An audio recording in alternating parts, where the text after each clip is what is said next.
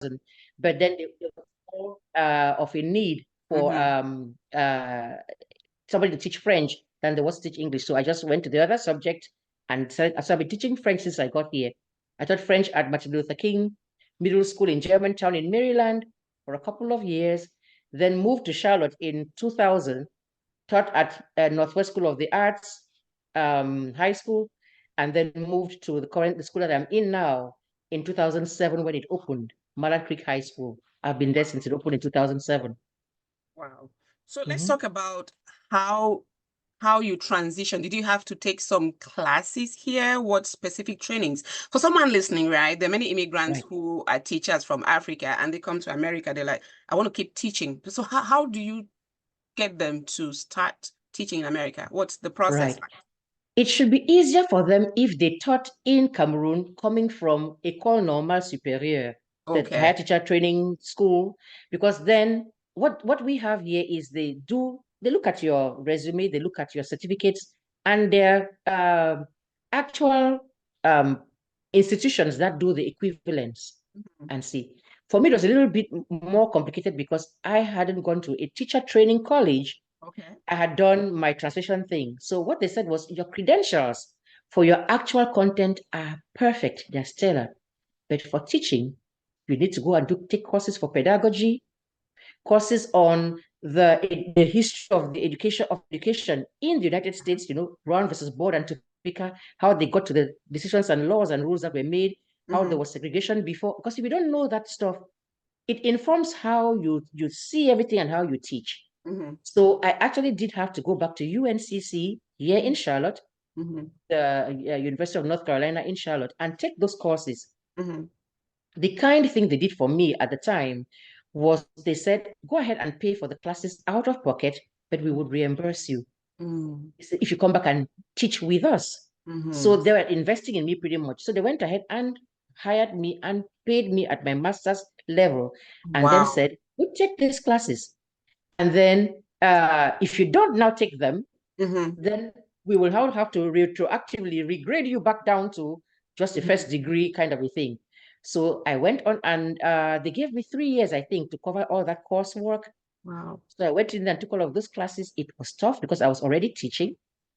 So I would teach, go to my regular school and teach all day, get out of there, rush, come home, get the husband and children settled food-wise and stuff. I like you said the husband and children, because husband needs to be settled. Yes, first, because he's not going to be liking that thing you're going to do there if he's hungry at home. So there are days when I would drive to that school and I'm like, ginger and garlic. Barely got my fingers there. I'm like, you don't have the time for this thing. You need to run over there. Go sit on down and be a student. After you've been the teacher all day, go sit down and be a student and take the lessons and do that coursework. And I wanted to get it done in a short amount of time. So I took summer classes as well. Oh, wow. You were dedicated. Yes, and none of these were online at the time. It was all in person. No, it was physical. What online? We're talking 2000. Yeah. 2000, the year 2000, like in millennium, when we were even thinking Y2K was going to shut the world down. What online? That's what I'm saying. I drove there. You see, you come and say, hey, kids, eat. Look, it got so bad that the times when I'll be coming back home, the kids will look through because it'll be night by the time I'm coming back home. They look through the windows there and they see mommy is coming. They just run to their rooms and pretend to be fast asleep. Because I'm coming there with a temper. I've been out all day. I'm hungry. I'm like stressed. And I don't want anything to not be the way it's supposed to be. So it was tough, but it's doable. And to tell you the honest truth, the curriculum is so much easier here in terms of the material, what you should get. What is the killer is the time. The time, yes. The amount of research you need to do. Yes. And the papers you need to write and turn them in a timely manner, submit them in a timely manner. I had to learn to I've always been a two-finger typist kind of person. I was there. Most immigrants from Africa, because we didn't have computers in our classes. If you went to school in Africa back, in the 90s or the 80s, we didn't have the type. Yeah. Yes. So I don't, That was what it was. But I'm living proof that it can be done. So I got that coursework. And you had the option to actually go ahead and do a few more classes and actually have a master in education. But I was so done. I said, no, thank you. They said, just take a few more courses and get a full. I said, no, I'm done. This is good enough for me. So I got the diploma. and then just went back to teaching. Right. So what grades do you teach, if I may ask? 9 through 12. But my license is K through 12, K for kindergarten through 12. So I'm licensed to teach any of those classes all through. But because I'm in high school, I teach grades 9 through 12, so high school. And Let's because talk French is about an elective, yeah. Oh, yes, an elective, I end up having all the grades sitting in the same classroom. So it's not by grade. It's not like math or English where you take yeah. English 1, English 2, English 3, English 4. Now you're sitting there. So there's some seniors that I have in the class there right now. And I tell you can't afford to joke. You need this class to graduate like now. You can't afford to fail it and take it over again because you're already in the 12th grade. But the 9th grader can afford to play around with it They have a because couple they can more sit years. correct. That's So right. they're all there in the same class. Right. So let's talk about the barriers that you would face as an African trying to teach in America with, our accent. They say it's thick, it's different. And sometimes they don't even understand what we're saying. You have to repeat yourself. Now you are in a classroom teaching young people who do not know what this accent is. How do you beat that barrier of language, You not language, have of accent right. barrier? Yeah. You have to have a certain amount of assertiveness, Right. bordering on open eye to do to do that job. I can You tell carry you up, that. I enter class. Yes. Or they will, you see, kids that age are already the kinds looking for. I was a high school kid once myself. We look for things to give you a name, call you this, tease you, make little Yeah, noises and you stuff. give So nicknames to teachers. See, let me exactly, apologize to all my exactly. teachers. I think I didn't give, but I encourage a name. So yeah, Correct. sorry Or about laughed that. at them. That's kind of enabling still. If you laugh at the thing, you're part of the thing. So I already have a sense of humor and know how to laugh at myself to start with. Yeah. Day one, I say, I don't sound like you. You don't sound like me either. If I can understand what you are saying, you can make an effort and understand what I am saying too. I say I have a double strike thing happening here. I tend to speak fast already. Yeah. I tend to speak fast. And then there's an accent there. But trust me, if I'm able to understand you, if you really just sit down and have the will to understand me, you will.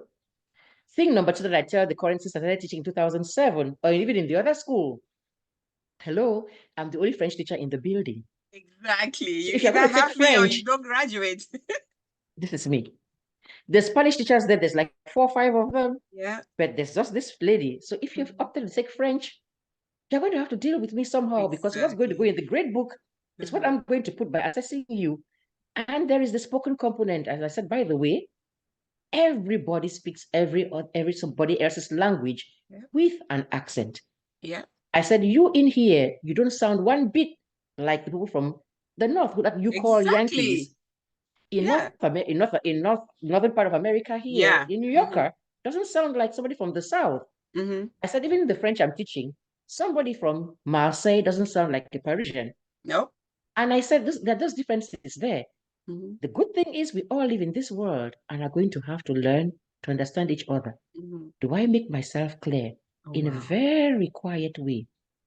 Let's get moving. Let's talking. We start with that. And then you see if you have a certain amount of confidence. Yes. And I'm saying sometimes it has to be like, and then you still hear somebody who will do something, make the African thing, the click thing to tease you. And I'm going, oh, who did that? That was awesome. I'm going to have to learn it Oh, you from said that you was because awesome. You tell me that was I said awesome. that was awesome. I'm going to have to learn it from you because I'm not able to do that. Yeah, it's Do it mostly South again. African that do the click thing. They don't understand. Look, now it's even better with all the TikTok and things. They see No, a lot they of the just thought world. Africa was Africa. Like everyone is from one They would place. say something to me in African. I'm like, hey, you're in trouble. Or some would say, okay, they come there so happy with themselves. I come and say Jambo. That they think they are making me happy because they spoken Swahili. Exactly. And I'm Like going, I don't speak Swahili. It is an amusing thing. I tell you to see. It can be a joke. But if you really come there, kids, unfortunately, that age can sniff fear, yeah. can sniff lack of confidence, and they will just milk it. You would if you think that you come and then you get frustrated and you cry, they're going to say, "Oh, we made Madame cry," so blah blah blah. Oh no, they would tease you all the more. And I've had that with colleagues. It got to the point where they would actually send me, they'll send somebody to come on my class and send me to go help a colleague upstairs who's just struggling because he's lost class control. You know, what they call classroom management is the bedrock of your entire class. Right. Even if you have the best lesson plan whatsoever, if you cannot manage your classroom and get them quiet enough to listen to this wonderful thing you have to deliver, what's the point? So the kids are standing up and going back and forth. They just are running up and down, throwing the little, what we used to call awaks in Angwaikile days, little paper airplanes. You make paper airplanes that you throw in class. Oh, God. And I'm going, no, well, and you see, kids know the difference between strict and mean. So you lay down the rules the very first day and set the tone. As the year progresses, you see me easing off on some of those things I used to insist on because now I know them, I know how to manage the things. But at the beginning, you do need to have classroom rules and procedures. I need to go to the bathroom. You raise your hand and say this. I need to do this. This is the procedure for it. And then you also come with your lesson plan airtight. Stick to if you give them time with nothing happening time, nobody sits and uses that kind of idle time to pray and be nice. That's to be the joking and things. And I usually say, I let them, hey, pick your seat, sit where you want to. If that's where you're comfortable, that's fine. But the minute I observe that you're sitting next to somebody is to chat and talk, then I'll move you. And when I move you, that is permanent. So it's a balancing act that you do. As a parent, you do it also instinctively. How you manage your children. I see them as my children too. So I manage them pretty much the same way. But it's different. It's a more personal thing here than it was. I don't know about exactly how it is now, but it's a more personal thing here than it is in Cameroon. That's right. The one-on-oneness is more here than it is in Cameroon. Yeah, thank you to all those who are watching. I see Gilbert, I see Edith, I see All Mercy. If you have a question, for Auntie Egbe about teaching in Cameroon or the United States, just go ahead and put it in the chat and I'll read it out. And let me ask you this question. You talk about class management, right? Yes. And people, teachers will cry in class because a student did frustration. That tells me that they cannot implement discipline to an extent, because where I come from, where you come from in Cameroon, you would not make a teacher cry. Right. They would make you cry because you would not frustrate them. They would whip you. Yeah. It's harsh discipline. So how do you discipline your students in this country? You see, that's what I was going to say. The reason the kids are doing that back there, and they did that for me, I mean, I walked in and they stood up. Bonjour, madame. Then you see, but that is backed by a bunch of things. Supportive parents who, if you went home and said, the teacher said, that's the last word you'll speak for a while. Or slap, slap, beat. And how dare you do that to your teacher? So it starts with supportive parents, which you don't have as much of here in a country which is much more liberal than it is in Cameroon. Then there you also have the discipline master, the social and people who are patrolling the school and everything to do that. So the discipline was kind of taken care of for you. And your job was to come and lecture and deliver your lecture in this platform of already respectful kind of students. Right. Here, the kids have many more rights, are aware of those rights. Already what they do to some of their parents is already something. How much more you? Yeah. Even now the says, I don't have to do that, but they tell you, I'm not doing it. Yeah, kind of they tell you in your face.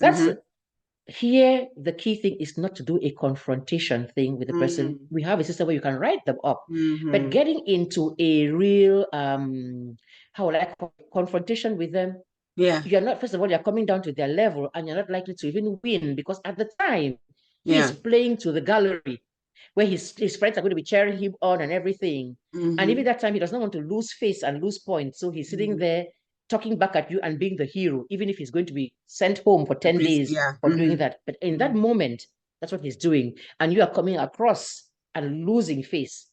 And it's hard to build back that after you have lost it that way. So you have to be wise enough to judge the situation. After you've told a kid once or twice about something, the next thing that you may want to do is to simply call the office, which you can do, and have the kid removed from the class, as opposed to dealing with him one-on-one right there. That is a thing you're not likely to win or come out looking good. And it's something that you have to do. So it's different. Here we still do have parents who are supportive, very supportive of teachers. When you have those kinds of students, you are blessed and lucky because you can say, I'm going to call home and this is what's going to happen. But then there are many who you say, I'm going to call home. They're like, call Okay. home. Yeah. They Yeah. don't care. Their parents don't have any sway over them to start with.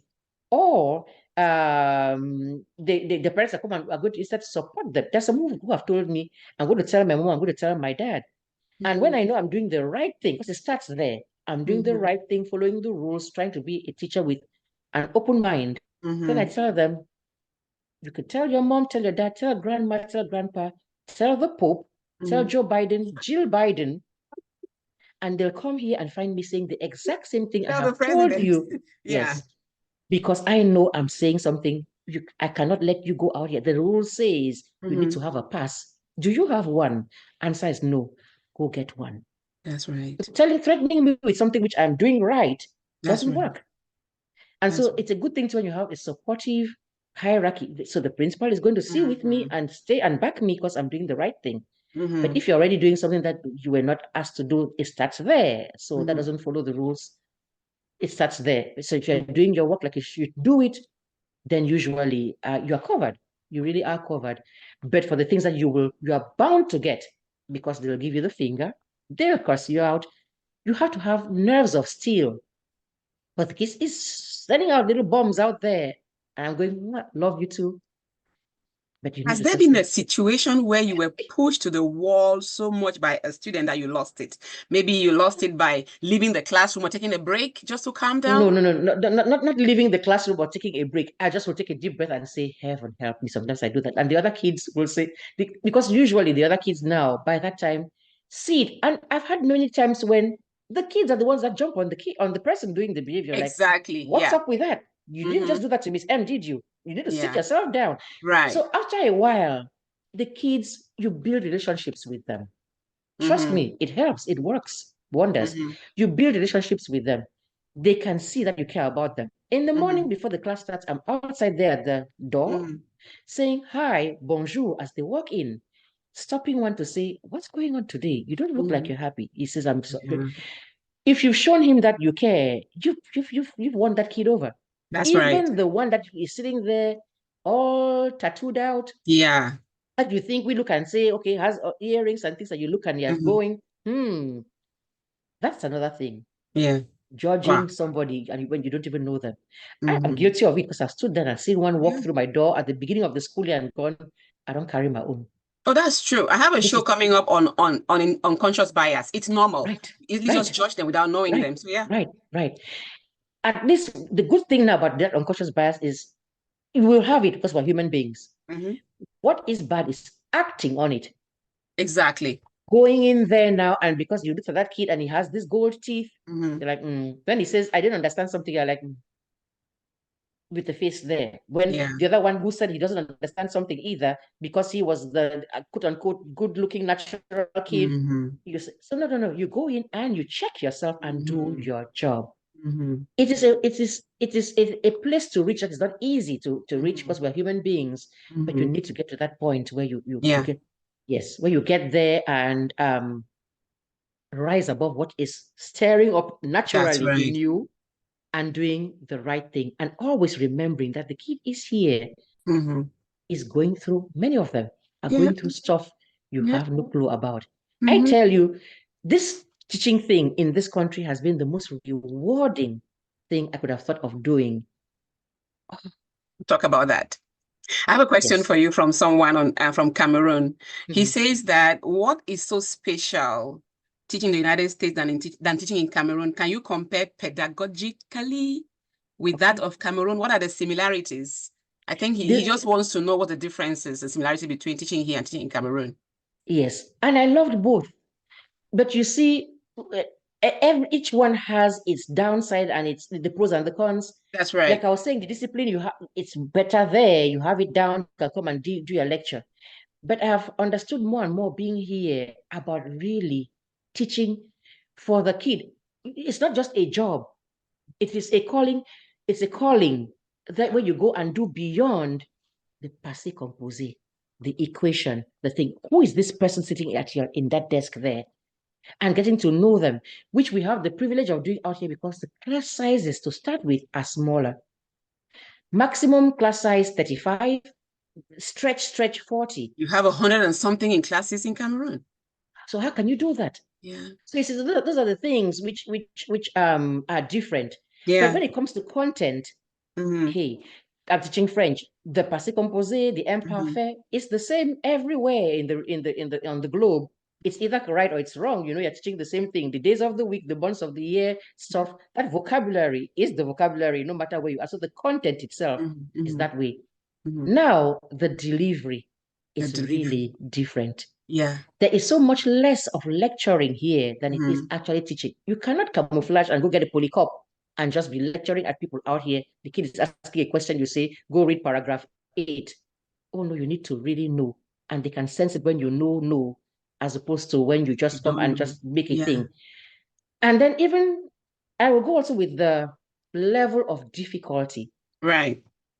There were times when the first time I taught in Martin Luther King Middle School in Maryland there, they actually had to have somebody from downtown come and sit with me Mm. because I was used to They look shadowed you kind of right for a for a bit while. because they had given the level of teaching. First of all, when I was told Mm-hmm. that when I went to say there's some kids really struggling in there and everything, and I was told, have you checked their reading level?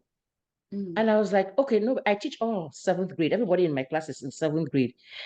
They said, but have you checked their reading level? And I'm confused right here. And they said, that's when it turned out that I found out that you can be in the seventh grade and your reading level, fourth grade level reading. Yeah. Which we We do don't, not evaluate in Cameroon, and then we start picking dull. In a class, correct, seven even read, but is correct, that what they call correct. dyslexia, I think? Yes, you can have Yes. various So things it's and that, various yeah, conditions and stuff. And that is where it exactly. is night and Yeah, day, yeah, Cameroon and here. exactly. Look, at the beginning of every year, we have IEPs, what they call a personalized plan for each Mm-hmm. kid. The Mm-hmm. stutterer, the one who is learning disabled, the one with conditions for how to Yeah, handle them and that kind of thing. You are even taught something called, one of my courses in school was differentiation. yeah. How to give the thing, you're still supposed to teach the same content for the kid, all the kids in the class to get it, but teach them differently at their different levels.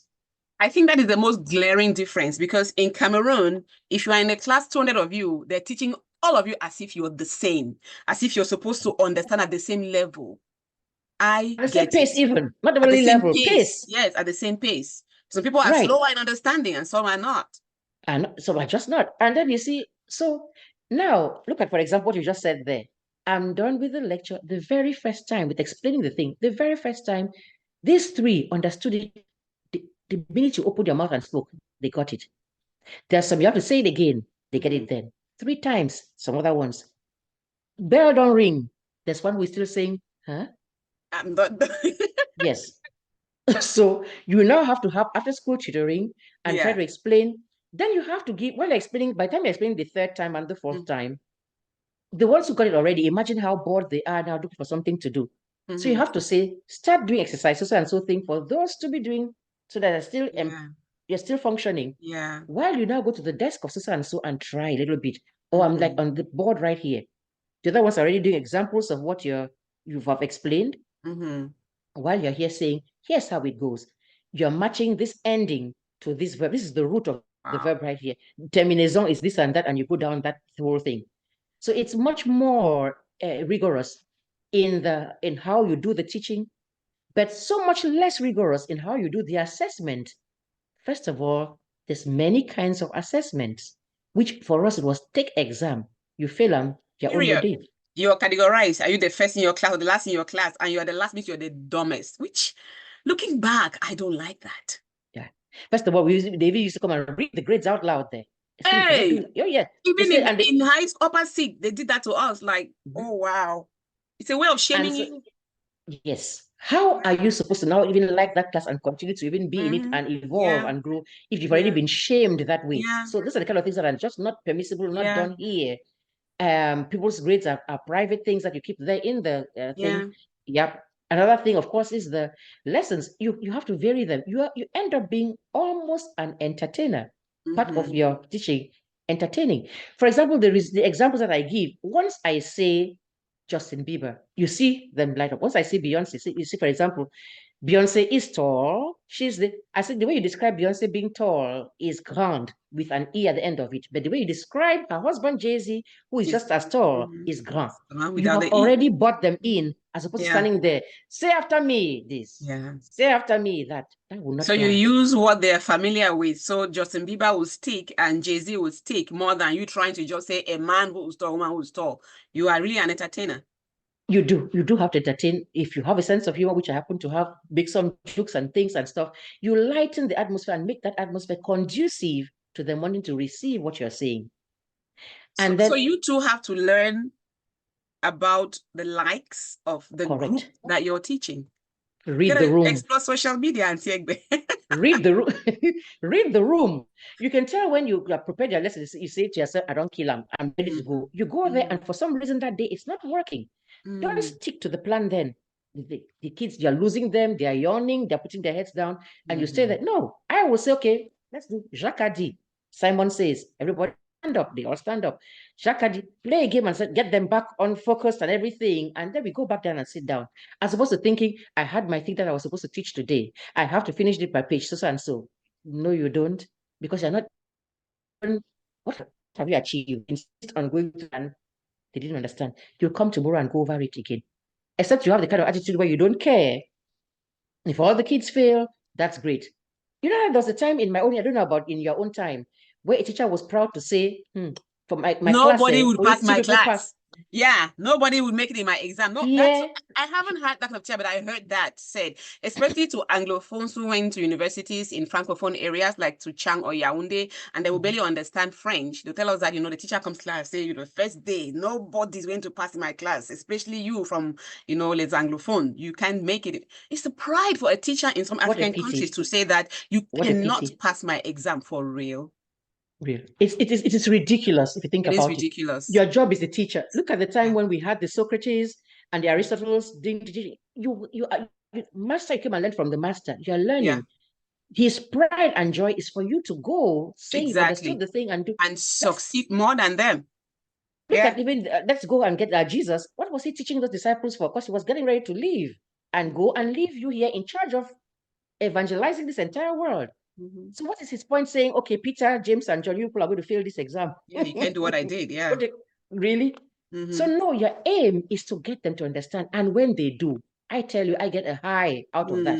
When you see a kid who has been struggling there, and you're like, I get it. I say, come to the body and show me what you do. And he does it.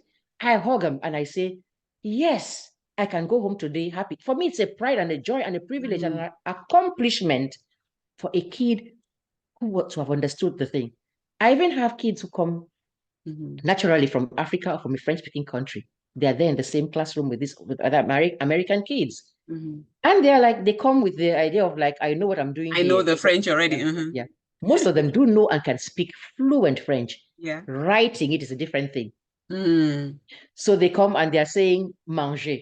Manger can be spelled with ER at the end of it, the infinitive, or E accent aigu. Accent aigu. Or EZ, like the Z, EZ. Like plural, yeah, manger. Yeah. And that's where the Americans whoop their behinds well and proper, because they've taken the time to learn it. And so they're there with 100, the kid is there saying, short. He has an 80. The other American kid who never heard a word of French before is killing it, as they say there, because they have learned the language, understood the whole thing, and taken it seriously, as opposed to you who comes in thinking, I know. So it's a matter of like teaching till somebody gets it. And when you see it and they get it, it should make you, the teacher, happy, the same way it makes the student feel fulfilled and happy too. So you differentiate, which is why I can tell there's some kids I say, this is the exercise we're going to do. When they've done 6 of the things, it's good. The other one, I'm insisting on you doing all 10. That kid that I said you should do the 6, I'm able to tell from the 6 that he has gotten it or not. He just doesn't have as retentive, as much of a focus because of his ADHD as the other one does. It's a lot of that goes on with teaching out here, reading into the situation and customizing the thing that they're delivering to the kid. I can't believe it. Which means you get to almost have to understand each student on a one-on-one basis, even though you're teaching them as a group. Correct. Some actually have even a medical reason that they have on file for why you're doing that. Right. You see, there's even some who the doctor's note that they gave me says this kid needs to go to the restroom whenever he needs to go to the restroom, he needs to go. So I'm telling one kid, no, you can't go. The first 15 minutes of the class and the last 15 minutes of the class, there's no going to the restroom because they're like, you should have gone before and it's getting time for transition. But this kid says, I need to go. And I'm like, go. I know why I'm saying go. But you have one or two who will come and tell you, how come you let that one go? You didn't let me go. And I said, I have a reason, just trust me. I can't start telling the child's business to the entire class. That's right. So there is that. It's a lot of stuff added to just your teaching that you need to have out here to do. And I was talking about the level of difficulty.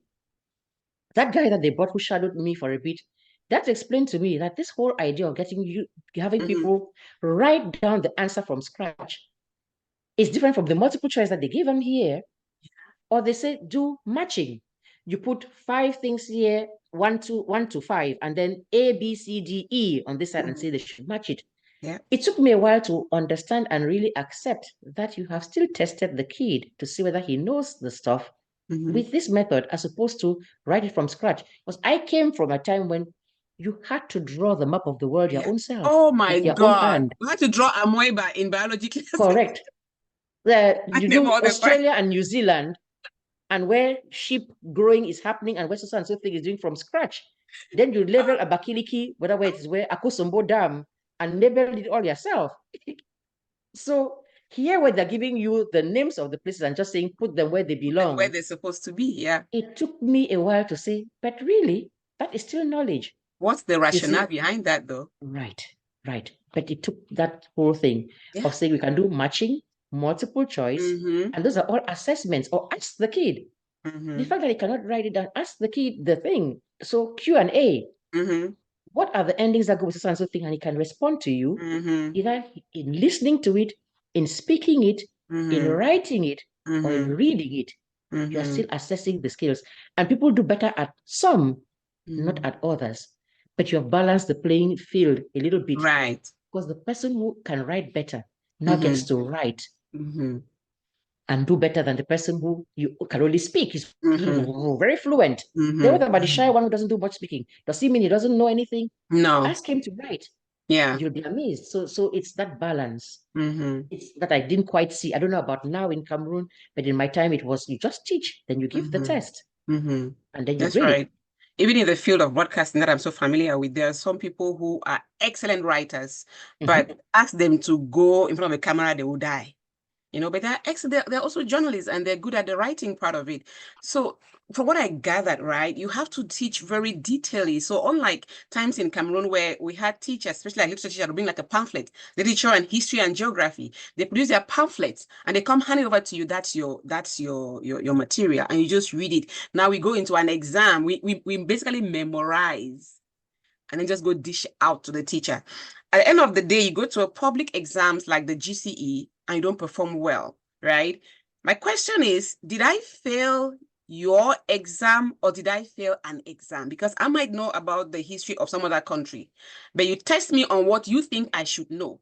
And if I fail yours, that doesn't make me stupid. No, not one bit. Not one bit. It's like sitting there and expecting a car to perform the functions of a stove. So perfectly said. The car is an excellent car. The stove is a permanent stove. Like they say, you go and ask the test to test a fish's skill is climb a tree. How is the fish to climb the tree? Yeah. But it can swim really well. Yeah. And then you go or switch it and then go tell the monkey that climbs the tree to go swim. He can't do that either. Yeah. The idea of putting people in a box in Cameroon, even right down to our choosing what we are supposed to be doing pretty early, or the whole grammar school thing and laughing at the technical colleges and the other ones there, that's how it starts. Yeah.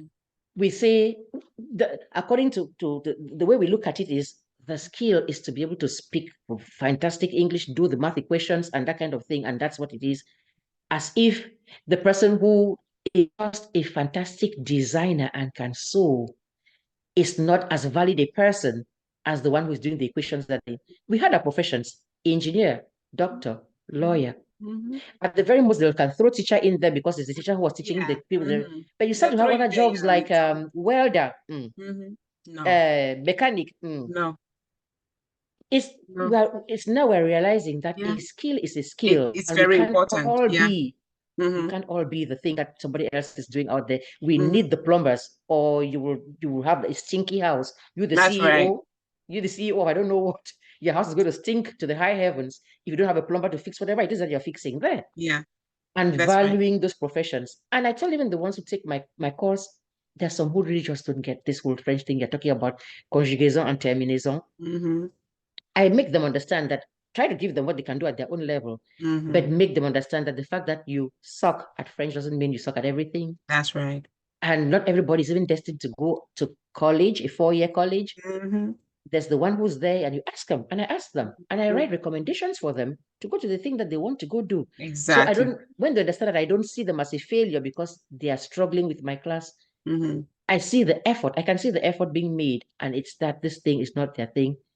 And coming from a person who arithmetic and math, oh my Lord. You lose me, or you go to some level of mathematics. Yeah.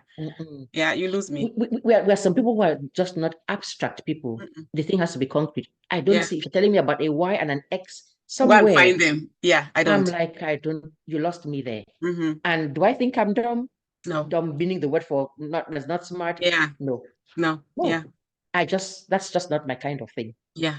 Expecting everybody to be excellent at everything. Yeah, at everything. It's not realistic. Yeah. I do really think that we should revise our educational system in some of our African countries. And even if we do not, we could revise the way we teach, try to understand what the students can do and direct them towards that. I know a kid who came from Cameroon here to join her parents a few years back, and she went through high school and said, I'm not going to college, I want to do hair. And the parents were furious. I can imagine. But she stood her ground, and guess what? Today she's doing great, just braiding hair. Right. Just braiding hair. We have a bunch of surgeons who were supposed to be musicians. I totally agree. Trying their best at it there, but their souls died when they said they could not. You see, I won't blame. We had those professions that we looked up to, and we thought that was it. Yeah. We are slowly but surely getting there. Because it's the same thing even with the parents who live here now. We still have the same mentality. Yeah, that you have to go and earn a degree to be a person. Yeah. Right. It comes as a rude shock to the kids who are saying, I want to be a chef. Yeah. Yeah. They'll insult you. Yeah, okay. So I asked you earlier if there had been a situation that pushed you to the wall and you had to leave. You said no. What about one of the greatest moments that make you feel like this is why I love, love, love teaching? Tell us about a moment that you felt like you've achieved your goal as a teacher in somebody's life. The wonderful thing is that there are too many of them to even pick one. But I'll take an example of a kid that I had to make do his work. Because you see, this kid was an athlete, and they tend to do that with athletes. They cut you some slack and say, okay, he's not really doing the thing. I like, just pass him. He's a star. He's the quarterback of our team. Our football team. I'm like, quarterback, my ashy elbows and knees. You need to do this. You will do this work. You do. And for me, by that time, I'm not trying to frustrate the kid. I'm trying to point out that you need to take everything that comes your way seriously. That enablement thing, entitled thing. No. Why am I going to insist that this other kid who's not the athlete should do the work and then say you don't need to do it? So come and get it done. The kid now, I had one kid now who I had to make him get his job done, get his work done before I could say, okay, yes, now you passed the class. The last thing I remember from him, he left and he slammed the door. That was the last encounter we had. Big fat slam door and left. Maybe about 2 years or 3 years after, I get a call from the office. They call into my room. I pick up the thing and they say, this kid has come and is asking to see me. I'm like, did you do a search? Is he packing the right person? No. Have you searched him? Yeah, if he's coming for some revenge. Yes. when I heard they said they called the kid's name, even after 3 years, I could still remember that fellow quite well. Exactly, yeah. They said you try to explain to him that, okay, well, you're in class now, and he says he really, really wants to come see you. I was like, okay. The kid comes and he walks through the door, and I see somebody in a military uniform with the hat, the cap, and everything. I said, I had to say, son, is this you? I'm saying so because I don't want to call his name. Is this you? He says, yes, ma'am. First of all, I hear, yes, ma'am. So the ma'am, is this kid? I'm like, can I hug you? Because I don't know the huggable in military thing. I hug him, and he sits and says that and talks to my class. He says, I used to be in her class 3 years ago in this school. I gave her a big old headache and all that stuff. But I'm here to say thank you. I've come back here to say thank you. I have goosebumps. He was saying the things you used to tell me here, and he says thank you. He said thank you first for not giving up on me. Thank you for holding me accountable and not just letting me do anything I wanted to do. He says, she said, yeah, Miss M don't play that. Miss M don't. He was saying, he said, Miss M don't. Oh, this is another thing. Miss M don't play that. Meaning Miss M won't take it.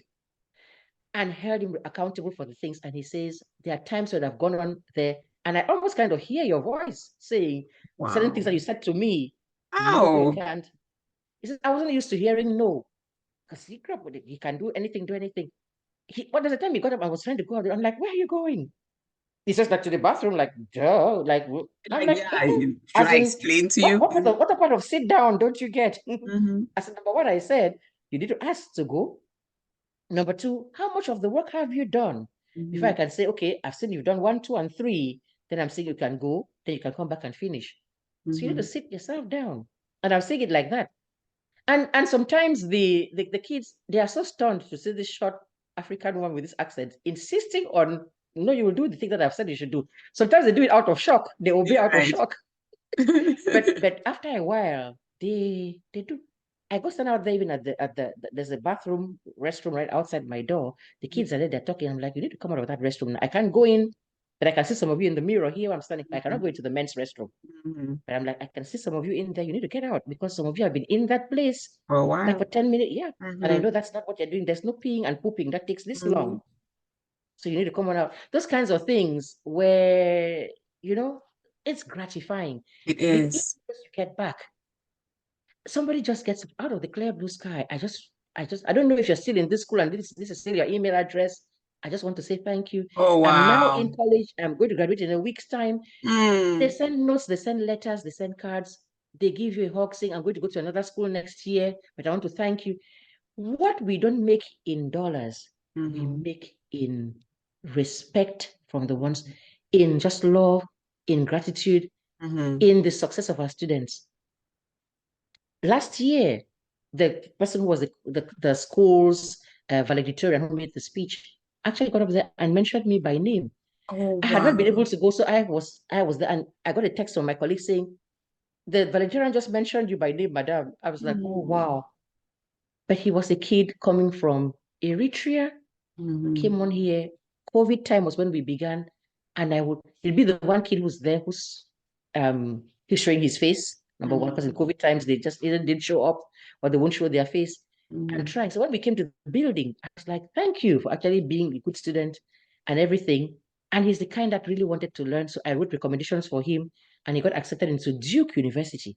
Oh, wow. Those are the things, though. I came and I said, look at you. I'm so proud of you. And I was jumping and screaming at the kids. It's like, what's going on? I'm like, look, he got accepted to Duke. You see, you write recommendation and everything, and you're writing the recommendation, and you don't have to lie and say the kid's doing great when he isn't. You actually are saying this is a good kid. Or scholarship paid, as opposed to the ones who sit down there and they say, I'm not going to college. Why? It's too expensive. I said, have you talked to your counselor? No, but that's what they are there for. Go and ask what grants are available to you. Go and ask what scholarships may be available to you and see what it is that you can do. It's a lot. It's a lot. And that's one major difference between school in Africa and school in America. It's like you have to almost kill yourself to be able to send your child to college, to university in this country. It is a debt that parents get into. It's a debt. Right. A lot of money. And that is why, but some parents bless their hearts too. That's who are new here trying to settle down, especially our immigrant parents. Yeah. I actually have a club in the school there. It's for the African and Caribbean Students Association. So we meet like after school from time to time where they can share. Having gone through that thing, and like I try to help them specifically. But do you know that there's this available to you? There are lots of grants and things available to people with lower incomes and stuff that they're not aware of, so they don't take advantage of those things too. Where you can go and look, that one is getting a free ride through college. A college has because it's there, but you may not know. So go talk to your counselor. The counselor sometimes call for them, but sometimes you can be proactive and you go, you the parent, call and ask, do that research, and lots of money sometimes is returned to the government or returned to wherever it is because it was not claimed, but it was there. So they say knowledge is power. It is. It A is. lot You need to know. Yeah. You in need this to know. country for things Yeah. like that. Before I transition to talk about the SECA Trans Global Alliance, let me ask you about an award that you posted online that the school gave to you, and you were so surprised that like, oh, she's a great teacher. Yes, So they're surprised about an award. it's sitting up there. Is Yeah, what the was gold, that? You were not even golden aware apple. of it. No, the gold apple. And believe it or not, that day I was like, my back is really aching. This thing has ended. What new thing are they really going to do in that faculty thing? I will maybe just catch up with when they send the link, I can look it up there. And I was like, just go. Just go. I had barely sat myself down, put my bags down, and looked up. And I look up, and the screen says my full name, Egbebikak Munchibarak. Oh, what did I do? What did I do? By the time I can figure out what this is I have done, the principal was already calling my name, come on up here, and was saying all those things that he was saying. Such nice things, and give it's called the golden apple that they give to a teacher just to recognize what you were saying there. Something that they see that you've done, what because they know, the school knows, the teaching field knows that what you get from the bank doesn't match up with what it is that you really do. So they do things like that to encourage us. Yeah. To help you the next time now you feel like going, you feel like doing. Because there are days when we have gone, I've come back the next day, you see a substitute teacher in the teacher's room there. What happened? He quit. The teacher just had it up. He didn't wait for the end of the semester. He just really left and said, I'm not coming back. Because they can push your buttons. It can be tough to do, just hard. And it's one profession in this country that the turnover rate is pretty high. Yeah. Because they're like, I could have gone and worked in Bank of America with this same thing that I've gotten a better pay and less of this stress. So, but as you see, the teachers who stay there and stay there longer are they're the ones that have the calling. That's right. I would still go. I can grumble at the end of the day. I'm like, I am tired. I am really, I cannot believe what this kid did. But the next morning, I'm still going on there because you have heart for it. And that's why I salute them, my colleagues, Yeah. some people. The vast majority want to do that job. True, we can have the few rotten cocoa people, like you say, but the vast majority of teachers are really there to do the job that they feel called to do, the job that they are trained to do. And it's amazing to see the sacrifices many of them make. Really. That's right. I always say that we tell the military that thank you for your service. I think we should begin saying that to teachers as well, because your service, nobody escapes the benefit of a teacher. Right. You know, even at home, parents are all informal teachers. And so you complement what parents start, but in a way that parents can never, ever do. So thank you so much. The time comes when your child is with the teacher much more than the child is with you. On any given day. Yeah. I'm the one able to see that this child, I've called home before and said, what's going on? And the mom or the dad has not quite noticed, but I have seen it though. Because it's not the way it works here. In the morning, they're on the bus and gone. You are still sleeping because you start work at 9. Yeah. They get back at 2, 3, you are still at work with their 9 to 5, you haven't seen them. You come back by the end of the day, they just maybe go around and go to bed and you have not really talked to them. You don't really know what's going on. But the teacher has seen them all day and seen the change in behavior, in the way they dress. You begin to go, what's going on here? Something that maybe the parent has not seen. So that teacher is a nurse, because can I have a band-aid? I cut myself. The teacher is a psychologist. The teacher is a pastor. Teacher is a teacher. It's a parent as well. Correct. Parent as well. All right, Auntie, before I let you go, remember you had an assignment to bring an African proverb. But before you get to that, let's talk about the SECA Trans Global Alliance event coming up. Yay. And you are hosting in Charlotte, North Carolina. Tell us about that. Yes, I'm excited about it. So this is a sorority. It's not the main group. It's a sorority of just like 25 or so ladies. Oh, just that Some are, number. Some are in Cameroon. We have one in Nigeria, two in Canada, and then the vast majority are in the states here, in different states.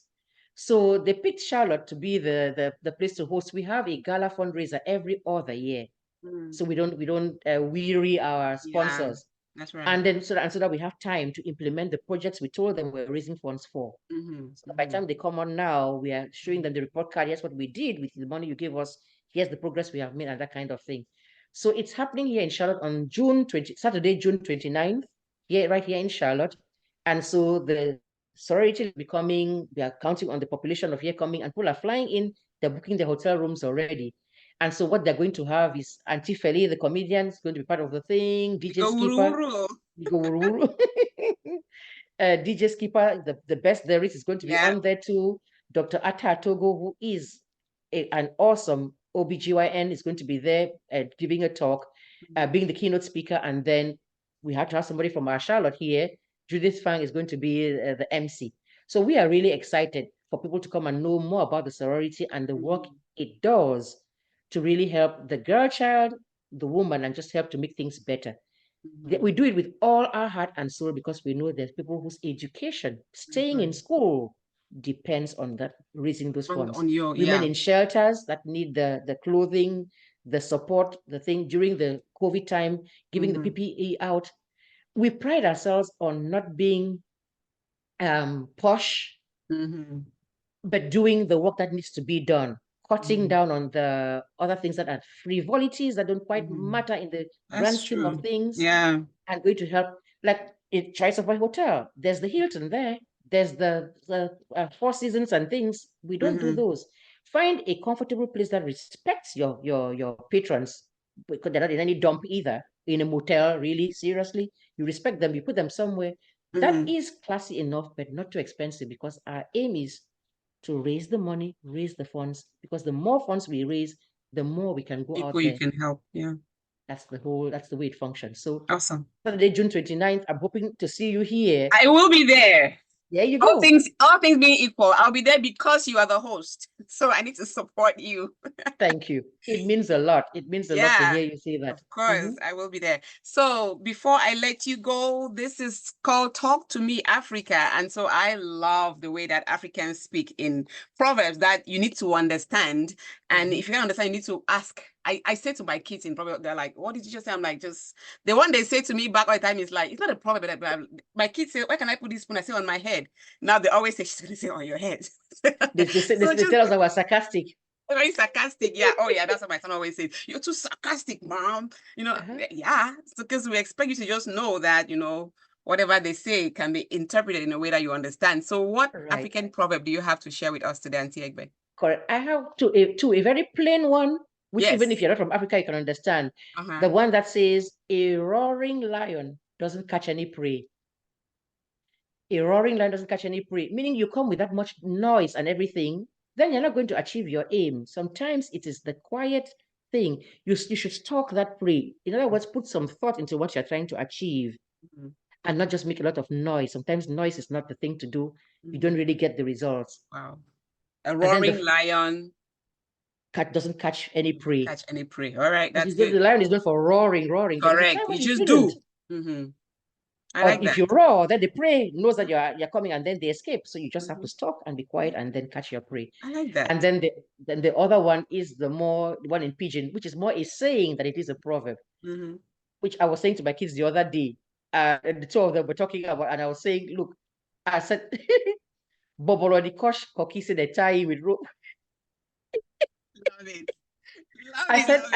They're like, what is that you said? I said, see, if I say it's a case of the pot calling the kettle black, it's not the same. It's not the same. The same juiciness. Yes, I was like, so I actually showed them. I said, this is Bobolo. I took a picture of it. I was planning on posting that thing later on. I said, see, look at Bobolo, which you know. See how much rope it has tied around it. Exactly. I took Koki out of the freezer. It has but one rope tied around its neck. And Bobolo has the nerve to insult Koki. To see you. I love it. They tie a rope. So I love African good. proverb. I had a colleague a few years back, and I think I started saying that make a dance. This guy was from, I think, Mexico. He got to understand. We'll be in the meeting, I was supposed to make a dance. He was like, what does that mean? I tried to explain to him, so he got it. Oh my God, it became a thing. Make a dance. So what? How? Yeah, it's like, so what? So what? Yeah. How impressive is that? I love it. I love the way we speak. They say, why is this also thing? For my nose, can't look at my nose. Like, bro, where can I put this and don't say on your head? Right. So what should I say? If you take those things literally, you will go nowhere. You will go nowhere. But the meaning behind it is the whole idea. Yes, there are lots of them like that. Many of them. Auntie Egbe, thank you so much. Thank you so much for helping me bring back Talk to Me Africa. It was fun. And I hope that we can always, talk about some other thing on this same platform. I really appreciate your time. Any day. Thank you. I will, by God's grace, be in Charlotte in June. I cannot wait. Have a wonderful Saturday. You too. Thanks. Thank you, everyone who watched and who commented. Thank you. Bye. Bye.